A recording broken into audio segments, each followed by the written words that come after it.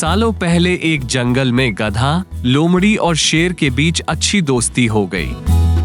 तीनों ने एक दिन बैठकर साथ में शिकार करने के बारे में सोचा। कुछ देर बाद सबने मिलकर तय किया कि शिकार करने के बाद उस पर तीनों का बराबर हक होगा।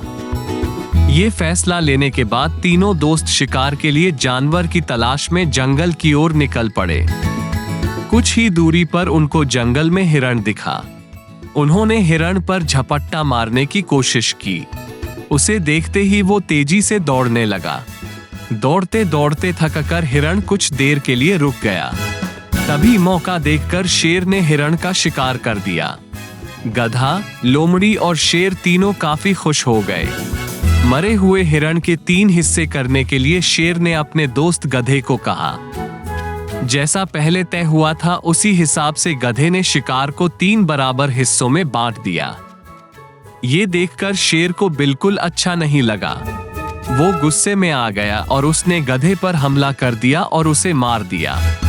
लोमड़ी ये सब होते हुए देख रही थी। तभी शेर ने एकदम से लोमड़ी को कहा, चलो दोस्त, अब तुम इस शिकार का अपना हिस्सा ले लो। लोमड़ी चालाक और समझदार दोनों ही थी। उसने बड़ी ही अक्लमंदी के साथ हिरण के शिकार का 3/4 हिस्सा शेर को दे दिया और खुद के लिए 1/4 हिस्सा ही बचाया। इस तरह हुए शिकार के हिस्से से शेर काफी खुश हो गया। उसने हंसते हुए लोमड़ी से कहा, अरे वाह, तुमने एकदम मेरे मन का काम किया है। तुम्हारा दिमाग काफी तेज है। इतना कहते ही शेर ने लोमड़ी से पूछा, तुम इतनी समझदार कैसे हो? तुम्हें कैसे पता चला कि मैं क्या चाहता हूँ? तुमने इतना अच्छे से शिकार का हिस्सा लगाना कहाँ से सीखा है? शेर के सवालों का जवाब देते हुए लोमड़ी बोली, आप जंगल के राजा हैं और आपको कैसे हिस्सा लगाना है ये समझना मुश्किल नहीं है। साथ ही मैंने उस गधे की हालत भी देख ली थी। उसके साथ जो कुछ भी हुआ उससे सीख लेते हुए मैंने ऐसी समझदारी दिखाई है। जवाब सुनकर शेर काफी खुश हुआ। उसने कहा कि तुम सच में बुद्धिमान हो।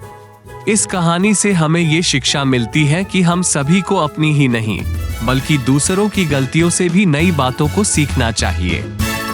इससे हम वही गलती करने से और उसके नकारात्मक परिणामों से बच सकते हैं।